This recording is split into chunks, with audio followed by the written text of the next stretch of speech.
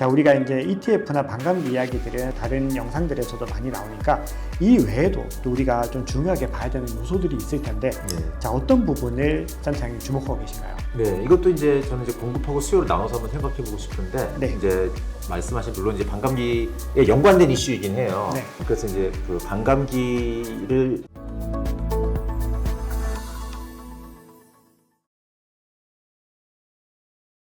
네, 구독자 시청자 여러분 반갑습니다. 박 작가입니다. 오늘 토크 라운지에서는 코비 리서치 센터의 정성문 센터장님을 모시고 현재 시장에 대한 어떤 상황들, 그리고 향후 전망들, 그리고 이 전반에 대한 깊은 인사이트들을 나눠보는 시간 마련했습니다. 센터장님 안녕하세요. 안녕하세요. 또 방문해 주셔서 너무 감사합니다. 아닙니다. 불러주셔서 감사합니다. 네. 네, 저희가 지금 시장이 너무 좋아지고 있어서 지금 꼭 센터장님을 모시고 이 시장의 전반에 대해서 한번 짚어봐야 되겠다라고 생각을 했는데 다행히 또 센터장님 시간이 좀 여유가 워낙 바쁘신데 여유가 있으셔가지고 이렇게 초청을 드릴 수가 있었습니다. 자, 지금 이제 최근의 변화들을 이제 많이들 체감을 하고 계실 텐데 아마 이 거래소에서 근무를 하시니까 이 변화들을 더 많이 체감을 하고 계실 것 같습니다. 자, 그래서 아마 더 바빠지실 가능성이 높아졌는데 지금 최근에 근황이 어떠신지가 정말 궁금합니다. 네, 뭐 최근에 아무래도 이 일주일간의 굉장히 강세장의 신호가 왔기 때문에 네. 그 일주일간은 좀 약간 연락이 많이 오더라고요. 예, 여기저기서 이게 어떻게 지금 시장이 돌아가는 건지 네. 알고 싶어 하시는 분들도 계시고, 뭐 탈불이라는 단어 있잖아요. 네. 예. 그랬던 분들도 다시 한번 이렇게 좀 관심을 갖고 여러 가지 질문을 해오시고 뭐 이런 분들도 계시고, 예, 관심이 조금씩 스멀스멀 올라오는 것 같습니다. 네, 아무래도 이게 어쩔 수 없이 많은 분들이 가격에 의해서 이런 심리들이 움직일 수밖에 없다는 거를 이번에 또 확인을 할 수가 있었고, 그리고 앞서 또 대화를 할 때 이제 센터장님께서 말씀해 주셨지만 이 나스닥과의 어떤 디커플링도 이번 주에 좀 많이 눈여겨봐야 될 변화라고 생각을 합니다. 네, 맞습니다. 예, 그래서 이번 주에 재밌었던 것 중에 하나가 바로 그 부분이었던 것 같아요. 그 보통 이제 비트코인이 약간 위험 자산의 성격이 있기 때문에 네. 예, 나스닥과 좀 많이 상관관계가 좀 높은 모습을 보이는 경우가 많았는데 네. 이번 주는 이제 특이하게 예, 나스닥이 조금 하락하는 국면에서도 예, 비트코인이 이제 오르는 이제 그런 상황이었던 게 뭔가 가상자산 고유의 요인에 의해서 사람들이 많이 좀 이렇게 분리시하게 된 게 아닌가 이런 한번 생각을 해봤었습니다.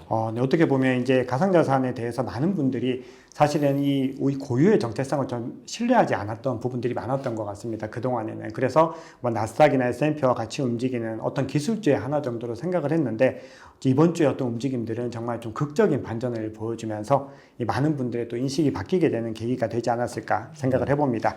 자, 그럼 지금부터는 이 가상자산 시장의 어떤 전망들을 간단히 짚고 가야 될 텐데요. 센터장님, 내년 반감기 시장까지 이 가상자산 시장 흐름 어떻게 보시나요? 네, 내년 반감기라고 그러면은 2024년 4월이잖아요. 네, 4월 정도. 네. 네.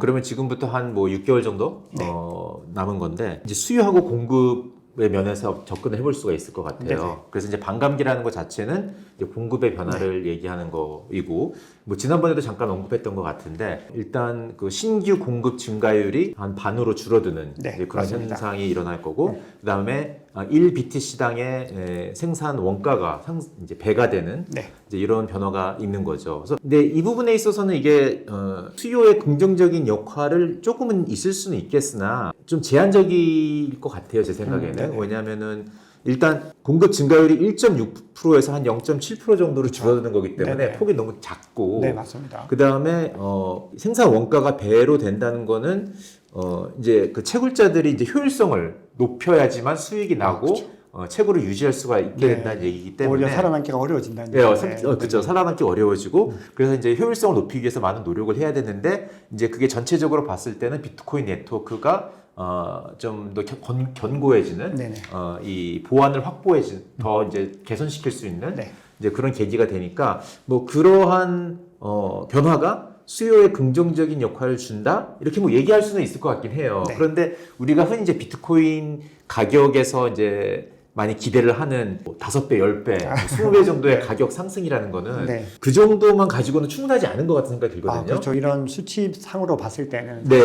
그래서 뭔가 공급이 아니고 수요 자체에 뭔가 큰 변화가 있어야지 네. 어떤 우리가 과거 역사적으로 봤을 때 경험했던 그런 비트코인 가격 상승이라는 걸 기대해 볼 수가 있을 것 같은데 네. 그런데 그런 면에서 그럼 수요에서 어떤 변화가 있을 거냐 보면은 사실 좀 많이 기대해 볼 수 있는 긍정적인 요인들이 있는 것 같아요. 네, 지금 현재 반감기까지. 많은 기대감들이 네, 일단 최근에 많이 언론에서도 화두가 되었던 이제 현물 ETF 네. 승인에 관한 기대가 있는 거고, 그다음에 두 번째로는 그 미국 회계 기준이 최근에 이제 바뀌는 걸로 결정이 나서 네네.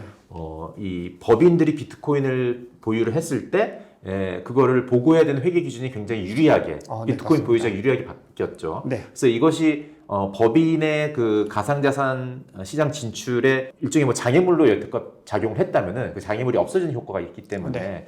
이제 그런 면에서 이제 그것도 수요의 긍정적인 요인이라고 할 수 있을 것 같고 네네. 마지막으로 이제 매크로 요인이 있을 것 같아요. 네, 맞습니다. 이제 매크로 요인은 우리가 이제 무시할 수가 없는데 지난 1년 넘는 기간 동안 이제 연준이 통화 정책을 이제 긴축 정책을 쭉 해왔었고 네. 이제 이게 언제 끝날 것이냐에 대해서 계속 사람들이 많이 기대를 하다가 이제 지연이 되고 지연이 돼서 지금까지 온 거잖아요. 내년에 들어가면서 그럼 어떻게 될 거냐 한번 생각을 해봤을 때는 일단 지금 상당히 높은 고금리 정책이 경제를 둔화시키고 있다는 어떤 그런 사인도 조금씩 나오고 있으니까. 네, 지금은 네, 이제 네, 많이 나오고 있죠. 그래서 이제 그런 거를 고려해 봤을 때 일단 긴축 정책의 종료라는 게 조금씩 가시권에 들어오고 있지 않나 이렇게 한번 기대해 볼 수가 있는 거고. 네. 근데 이게 두 가지 시나리오 우리가 생각해 볼 수 있을 것 같아요. 하나는 이제 소프트 랜딩 하는 거고, 네, 하나는 하드 랜딩 하는 거고. 네. 소프트 랜딩은 그냥 말 그대로 서서히 이 경제가 실물 경제가 이제 둔화되면서 연준도 마이 페이스로 그렇죠. 서서히 이제 종료시키고 네. 또 심지어는 완화까지 서서히 네네. 이렇게 갈 수 있는 시나리오가 있는 거고 하드랜딩이 되게 되면은 이 실물 경제가 뭔가 갑자기 큰 타격이 오는 거죠. 네. 높은 그 고금리 정책 때문에 우리가 100% 파악할 수 없는 어떤 그런 부작용들이 실물 경제 어디선가 터질 수가 있는 터질 수 건데 있죠. 네. 이제 그런 예가 연초에 있었잖아요. 네. 중소기업, 중소은행, 중소은행들 사태들. 위기가 있었고 조금 더 거슬러 올라가 보면은 2019년 9월에는 리포 금리 폭등이라는 그런 그렇죠. 현상도 네네, 있었고 맞습니다. 뭐 좀 더 올라가 보면은 2018년 12월에는 정크본드 시장 동결이라는 뭐 그런 것도 네네. 있었고요. 이제 어떤 그런 고금리 정책이 우리가 알 수 없는 곳에서 이렇게 뭔가 문제를 일으킬 수가 있기 때문에 이제 그럴 경우는 이제 하드랜딩이 되면서 네. 연준이 마이페이스가 아니고 어쩔 수 그냥 없이 어쩔 수 없이 네. 긴급 개입을 해서 유동성 공급을 하는 그런 시나리오가 될 수 있는 거죠. 네. 근데 뭐 둘 다 엔드게임은 이제 통화 정책 완화인데 결국, 거기에 도달하는 그 과정이 하나는 되게 완만할 수가 있는 거고 하나는 이제 되게 변동성이 심한 네. 케이스가 있는 걸 수도 있는 거고 이제 그거에 따라서 투자자들 입장에서는 물론 소프트 랜딩이 더 네네, 편하긴 할 텐데 심리적으로 뭐 그런 차이가 있을 수 있다는 걸 한번 염두에 두어야 될 것 같습니다. 그럼 지금 상황에서는 어쨌든 지금 나오는 실적들을 가지고서 어떤 미국이 발표하는 경제 지표만으로는 지금 어떤 하드랜딩에 대한 것들을 섣불리 예측하기는 사실은 조금 어려운 상황이라고 생각을 합니다. 왜냐하면 지표 자체가 지금 아직까지도 좀 견고하게 나오고 있는 부분들이 그렇죠. 있고 2024년에 우리가 가장 좀 주목해야 되는 거는 이제 두 가지 아까 말씀 주셨는데 비트코인 현물 ETF와 반감기에 대한 부분들인데 이 현물 ETF에 대한 게 지금 뭔가 체감상으로도 그렇고 여러 가지 정황상 정말 너무 가까이 다가왔다라는 생각들을 하게 되는데 1월 10일 이전 그러니까 내년 1월 10일 이전에는 될 것이고 연내에 될 것이라는 어떤 예측들이 좀 더 이제 힘을 얻고 있는데 센터장님은 어떻게 보시나요? 저 역시도 이제 과거 어느 때보다 가능성이 높다라는 그런 입장이고요. 타이밍은 1월 10일 전이 될 수 있는 거라고 생각을 하는데 저의 희망회로일 수도 있지만은 이 올해를 안 넘길 것 같다는 생각도 조금 들어요. 올해를 안 넘길 것 같다. 다른 뭐 어떤 큰 아주 굉장히 강한 저만의 정보가 있어서 말씀드리는 건 아니고 네네. 그냥 사람들이 이렇게 큰 일은 그냥 크리스마스 또, 연휴 전에 다 끝내고 다들 미국이니까 그럴 수 있겠네요. 미국이라면 충분히 좀 그럴 수 있는 시나리오로 그냥 한 12월 초나 중순까지 다 일 마무리 짓고 다 편히 쉬고 싶지 않을까 약간 이런 생각을 하면서 연내에 나오지 않을까 약간 뭐 약간 이런 큰 뭐 아주 과학적인 분석은 아니지만 그런 생각을 좀 해보고 있고요. 어쨌든 한 가지 제가 좀 그래 높은 가능성을 두고 말씀드릴 수 있는 거는 아마 일괄 처리할 것 같다는 생각입니다. 그러니까 뭐 그럴 것 같습니다. 지금 뭐 10개 가까운 신청서가 들어가 있는데 그걸 갖다 뭐 누구는 해주고 누구는 안 해주고 이러면 굉장히 형평성에 문제가 있을 수 있기 때문에 그렇죠. 그 신청서에 뭐 큰 문제가 되는 뭔가 그런 누락사항이나 이런 게 없다면은 그냥 모든 지금 들어가 있는 신청서를 다 일괄 처리해서 모든 사람이 같은 타이밍으로 동시에 할 수 있도록 그렇게 하지 않을까 생각합니다. 자, 그 ETF가 승인이 되거나 했을 때 어떤 효과들에 대해서는 지난번에 이제 말씀을 주셔서 이제 관심 있으신 시청자분들께서는 지난 영상을 보시면 좋을 것 같고요. 자, 우리가 이제 ETF나 반감기 이야기들은 아무래도 이제 많이 다른 영상들에서도 많이 나오니까 이 외에도 또 우리가 좀 중요하게 봐야 되는 요소들이 있을 텐데, 자, 어떤 부분을 센터장님 주목하고 계신가요? 네, 이것도 이제 저는 이제 공급하고 수요를 나눠서 한번 생각해 보고 싶은데, 이제 말씀하신 반감기, 물론 이제 반감기에 연관된 이슈이긴 해요.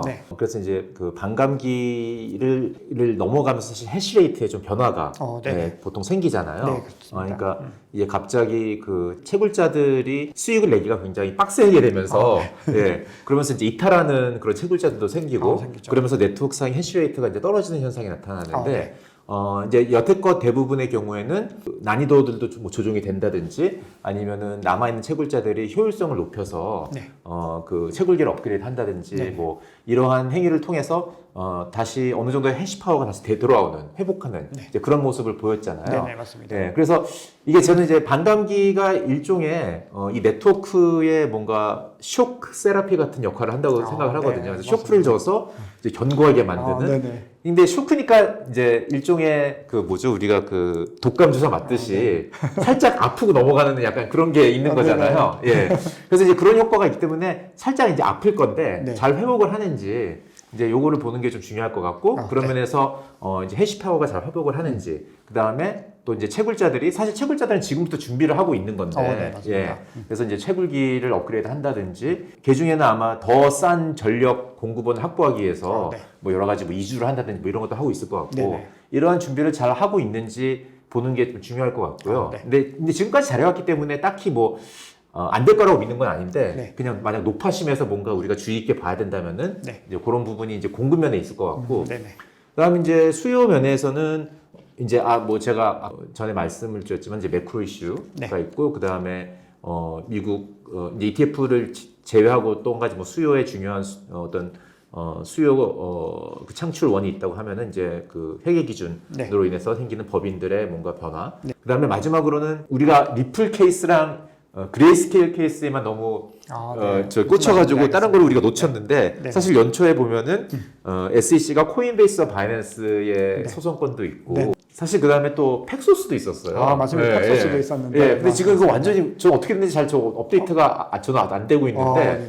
혹시 뭐 영상 보고 계시는 분 중에 아시는 분 있으면 저도 알고 싶어서. 근데 제가 보기에는 웰스 노티스까지만 보내고 뭔가 진행이 안 된 걸로 알고 있거든요. 팍소스는 웰스 노티스 이후로는 저도 소식을 전혀 없습니다. 그래서 어쨌든 이러한 뭐 굵직굵직한 소송건들이 있고, 뭐 코인베이스 같은 거 상당히 뭐 진행이 되고 있고 뭐 이러니까 이런 것들이 어떻게 진행이 될지 그 보는 것도 좀 중요할 것 같습니다. 잘 알겠습니다. 자, 그러면 이제 현물 ETF 이야기가 또 이제 그래도 가장 지금 현 시점에서 중요한 화두이기 때문에 좀 간단하게만 또 중요한 이야기들을 해보면, 최근에 이제 가짜뉴스 이후에 한번 펌핑을 했었고, 그리고 이제 좀 진정세에 있다가 이제 그 DTCC에 이제 티커 IBTC가 등록이 되면서 완전히 본격적인 좀 랠리를 시작하는 분위기인데, 역시 우리가 좀 예상했던 그대로 블랙락이 지금 현재 어떤 시장을 좀 주도를 하고 있는 분위기인데, 이 가짜뉴스 이후에 블랙락의 래리핑크 CEO가 Fly to Quality라고 해서 좀 화제가 됐습니다.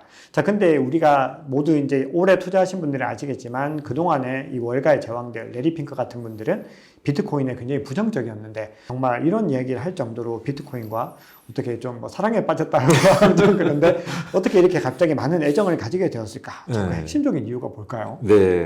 그럼 이제 레리 핑크랑 친한 사이 아니면 잘 모르는 추측을 할 수밖에 없는 영역인데, 제 나름대로 상상력을 동원을 해서 한번 추측을 해보면은 일단 뭐 두 가지였을 것 같아요. 하나는 2021년 불장이 있었기 때문에 그걸 계기로 뭔가 관심을 갖고 좀 더 공부를 하는 그런 시간을 갖지 않았나. 이제 많은 사람들이 이 비트코인에 관심을 갖는 게 사실 가격이 되게 동기가 되잖아요. 저 역시도 그랬었던 거고. 가격입니다.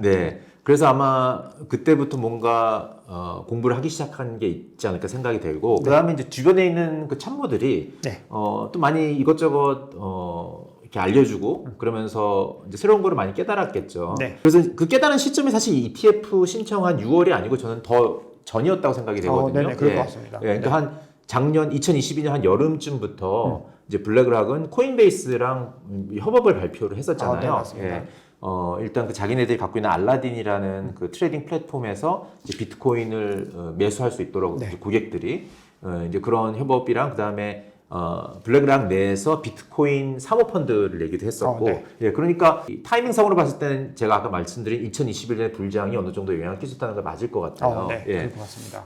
그리고 이제 또 한 가지는 블랙락이라는 굉장히 이제 지금 현대 금융 시스템에서 중요한 위치에 와 있는 거대한 자산운용사 이제 수장인데, 레리 핑크가 그러면은 여러 가지 많은 것들이 이제 눈에 들어올 텐데, 그리고 금융 시스템에 대한 이해도도 굉장히 높을 테고. 그래서 아마 이분이 깨달은 거는 이제 이런 걸 것 같아요. 금융 시스템이 변천되어 온 역사를 보면은 사실 이 기술 발전하고 굉장히 밀접한 관계가 있었단 말이죠. 네.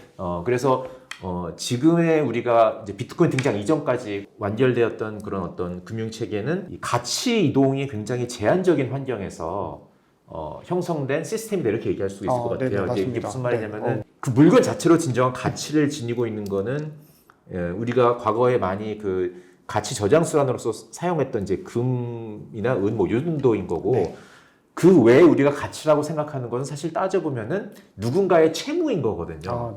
채무와 채권 관계에 의해서 뭔가 가치라는 게 형성이 되고, 그 채무자와 채권자의 관계를 각자 그 중개인들이 관리하는 그 장부로서 우리가 이제 인증을 하고 인식을 하고, 그래서 이제 가치를 이동하기 위해서는 그 여러 가지 중개인들의 사일로를 형성해서 있는데, 그런 사일로를 형성하고 있는 중개인들끼리 뭔가 인포메이션을 교환을 하면서 가치의 이동을 이제 구현을 했던 건데, 이제 그런 방식이 이제 낡은 방식이 돼버린 거잖아요. 왜냐하면은 그 누군가의 채무에 의존하지 않는 독자적으로 가치를 지닐 수 있는, 그렇지만 물리적으로 이동이 제한되지 않는 게 비트코인의 등장으로 인해서 이 세상에 나왔기 때문에. 그래서 그 점을 깨달는 순간 아마 레리 핑크 같은 분은 이게 지금까지의 금융 시스템이 이게 완전히 송두리째 바뀔 수가 있겠구나를 깨달았을 것 같아요. 근데 물론 이게 하나씩 바뀌지는 않을 테니까 두 가지 이제 초이스가 있는데, 많은 그 금융 엘리트들 입장에서 봤을 때는 하나는 그냥 이 비트코인과 그 관련 기술을 좀 더 죽이는 걸 거고, 그렇죠. 그게 사실은 더 초반에는 바랬던 것들이. 그렇죠. 예. 그러니까 다들 초반에는 다 이거는 뭐 사기니, 레리 핑크 본인도 이거는 뭐 그 머니 런더링의 뭐 인덱스다 뭐 이런 얘기도 하고 뭐 이랬던 건데, 근데 결국에는 이거를 그냥 죽이지 않고 적응을 해야 되는 그런 상황이다라는 걸 깨달으면은 레리 핑크 같은 그런 반응이 나올 것 같거든요. 그러니까 물론 이게 하루아침에 바뀌지 않으니까 서서히 시간을 두고서 바뀔 거고, 그렇다면 이거를 조금이라도 빨리 내가 끌어안아서 적응을 해나가는 것이 유리할 거다, 이런 생각을 한 게 아닐까 싶어요. 어떻게 보면 지금 월가의 제왕들이 지금 월가의 전반적인 분위기가 다 이렇게 바뀌고 있는 거 보면은 아마도 어떤 인지하는 타이밍은 조금 달랐더라도 아마도 다 좀 이걸 인지를 하고서 그런 방향으로 가고 있다라는 게 지금 뭐 여러 가지 어떤 정황상으로도 그렇고 다 밝혀지고 있는 것 같습니다. 그래서 이 블랙락의 레리 핑크 같은 경우도 사실은 이 블랙락이라고 하는 회사가 진짜 미국의 어떤 전통 금융권의 공룡들은 100년 넘게 된 회사들도 많이 있는데 역사 자체가 굉장히 짧죠. 어떻게 보면 한 35년에서 40년 정도 기간인데 세계 1위의 자산 운용사가 됐다라는 게 이 레리 핑크가 보통의 어떤 해안을 가진 사람은 아닐 거다라는 생각이 많이 들더라고요. 맞습니다. 그래서 이분이 이제 어떤 이 블록체인과 이 크립토 시장을 바라보는 관점이 좀 아마 정확하지 않을까 이런 또 기대감을 해봅니다. 자, 그러다 보니까 이 월가에서는 현물 ETF 말고도 여러 가지 또 어떤 그림들이 그리고 있을 거라고 생각이 드는데요. 작년에 나왔던 기사인데 이 피델리티 같은 경우는 개인 퇴직연금 이 401k 계좌에다가 비트코인을 입금할 수 있도록 하겠다 이런 결정했다는 보도가 나왔는데, 여기에 대해서 이 엘리자베스 워런 의원을 필두로 한 민주당이 발끈해가지고 절대 안 된다 막 이렇게 막아서고 이런 에피소드가 있었는데, 결국은 이 금융기관들이 401k 계좌에다가 비트코인의 투자를 허용할 것인지, 그리고 이런 움직임들이 의미하는 바가 무엇이라고 생각하시나요? 이제 이 401k라는 거는 이제 그 퇴직연금을 운영하는 계좌잖아요. 그러니까 퇴직연금이기 때문에 뭐 수시로 샀다 팔았다 하는 그런 트레이딩 계좌는 아니고, 그 장기 보유 목적인 계좌이고, 장기 보유 목적으로 자산을 투자를 할 때는 이제 자산 배분이 굉장히 중요한 거고, 자산 배분은 현대 포트폴리오 이론에 따라서 많이 하거든요. 네. 예, 그게 이제 지난번에도 잠깐 말씀드렸던 것 같은데 이제 자산운용사들을 지배해온 굉장히 중요한 원칙 중에 하나인 거고, 이제 그렇게 봤을 때, 이 자기가 갖고 있는 자산 포트폴리오 내에서 일부를 이제 비트코인과 같은 그런 상관관계가 낮은 자산, 근데 기존의 자산들과 상관관계가 낮은 자산에 네. 투자를 하면은 거기서부터 얻을 수 있는 혜택이라는 게 굉장히 큰 거거든요. 네. 그러니까 혜택은 이제 구체적으로 얘기하면 뭐냐면은 리스크를 늘리지 않고 기대 수익률을 올릴 수 있다는 것, 네. 자산 다각화의 효과를 이제 보는 거죠. 네. 그러한 이론에 입각해서 지금 전 세계의 그 자산운용사들은 자산을 운영을 하고 있는 거고, 선두자적인 역할을 한 게 이제 예일대 기금이거든요. 예일대 기금. 예, 네. 이제 우리나라가 한국 사람들 입장에서 봤을 때는 대학교의 그 기금같이 중요한 돈을 위험한 자산 어떻게 투자하냐 이렇게 생각할 수가 있겠지만은 네.